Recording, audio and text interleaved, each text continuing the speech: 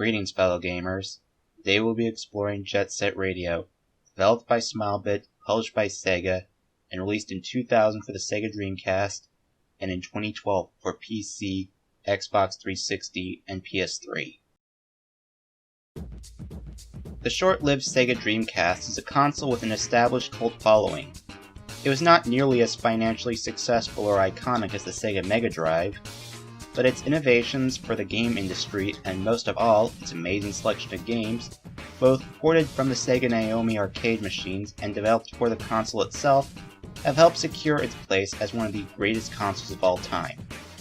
Arguably one of the Dreamcast's best games is Jet Set Radio. This is one of those games that was a product of the rebellious late 90s. It starts with the story of the GGs, a rollerblading gang of graffiti artists seeking to spread their artwork across Tokyo and claim the city walls from their rivals, while dealing with the overkill tactics of the police. Throughout the action, the titular pirate radio station blasts its music. From there, the story gets progressively weirder, but I don't want to spoil that surprise here. The gameplay's two main components are rollerblading and graffiti. You get around the streets on your rollerblades. Just like with skateboarding games, one of the key aspects is maintaining momentum, using your dash function to get going, while grinding across the rails and riding the walls to keep your speed up, performing tricks as you leap into the air. You start the game with 3 skaters, each with their own strengths and weaknesses, unlocking more by progressing through the game and facing them in their challenges. As you go through the game, mastering the skating becomes more critical, with some targets requiring you to wall ride. I've seen this game grouped in with action sports games like Tony Hawk Pro Skater. However, while the skating aspect is a big part of the game, the fact that it isn't the main objective makes me question labeling it as such. In addition to skating, your other main objective as a graffiti artist is, of course, to apply your masterpieces to specified targets.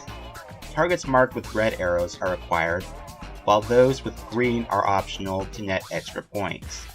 Tags come in small, medium, and large targets. Small targets can be painted as you pass by them, whereas larger targets require you to stop and input some joystick movements to complete your piece. Each skater you unlock has their own art, with additional pieces being found throughout the city during your adventures. You can also make your own tags in the graffiti editor. I'll admit I'm no Bansky, but this graffiti editor simply isn't the most intuitive thing. Having to paint with a joystick with only 2 brush sizes, both of which are blocky for something that's supposed to come out of a spray can, and you can only undo the last stroke you made, so there's not much room for error.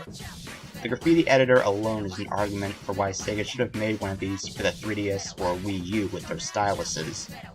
Maybe they could make one for the Switch and pack in a stylus with it. Your 2 main obstacles are the police and the time limit. The police will employ harsher and harsher tactics as the game progresses. Something that would really help in this game would be a mini-map. As it is, you have to pull up a map in the pause menu to see all your targets, and then it doesn't tell you the size. Fortunately, the levels aren't too terribly huge, so you can figure out what to do pretty quickly. After each level, you're given a ranking based on your score, which would encourage you to go back and try again, but since you can't immediately replay levels without playing the whole game, it feels less motivating. The music and art style are what really elevate this game to another level.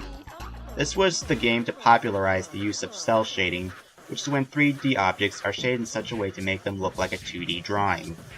Accompanying you throughout the game is an array of songs spanning multiple genres, from rock to hip-hop to electronic, all with a sort of energy and rhythm that complements the game.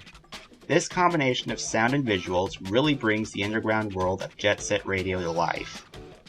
It feels odd that rebellious games like Grand Theft Auto would thrive internationally, but this series got only 1 sequel, and, aside from its characters appearing in other Sega games, like Sonic and Sega All-Stars Racing, Jet Set Radio didn't have much of a future.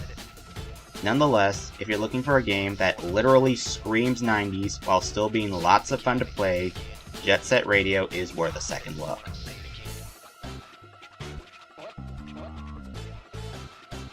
What's going on? What's going on? What? I don't understand what's going on here.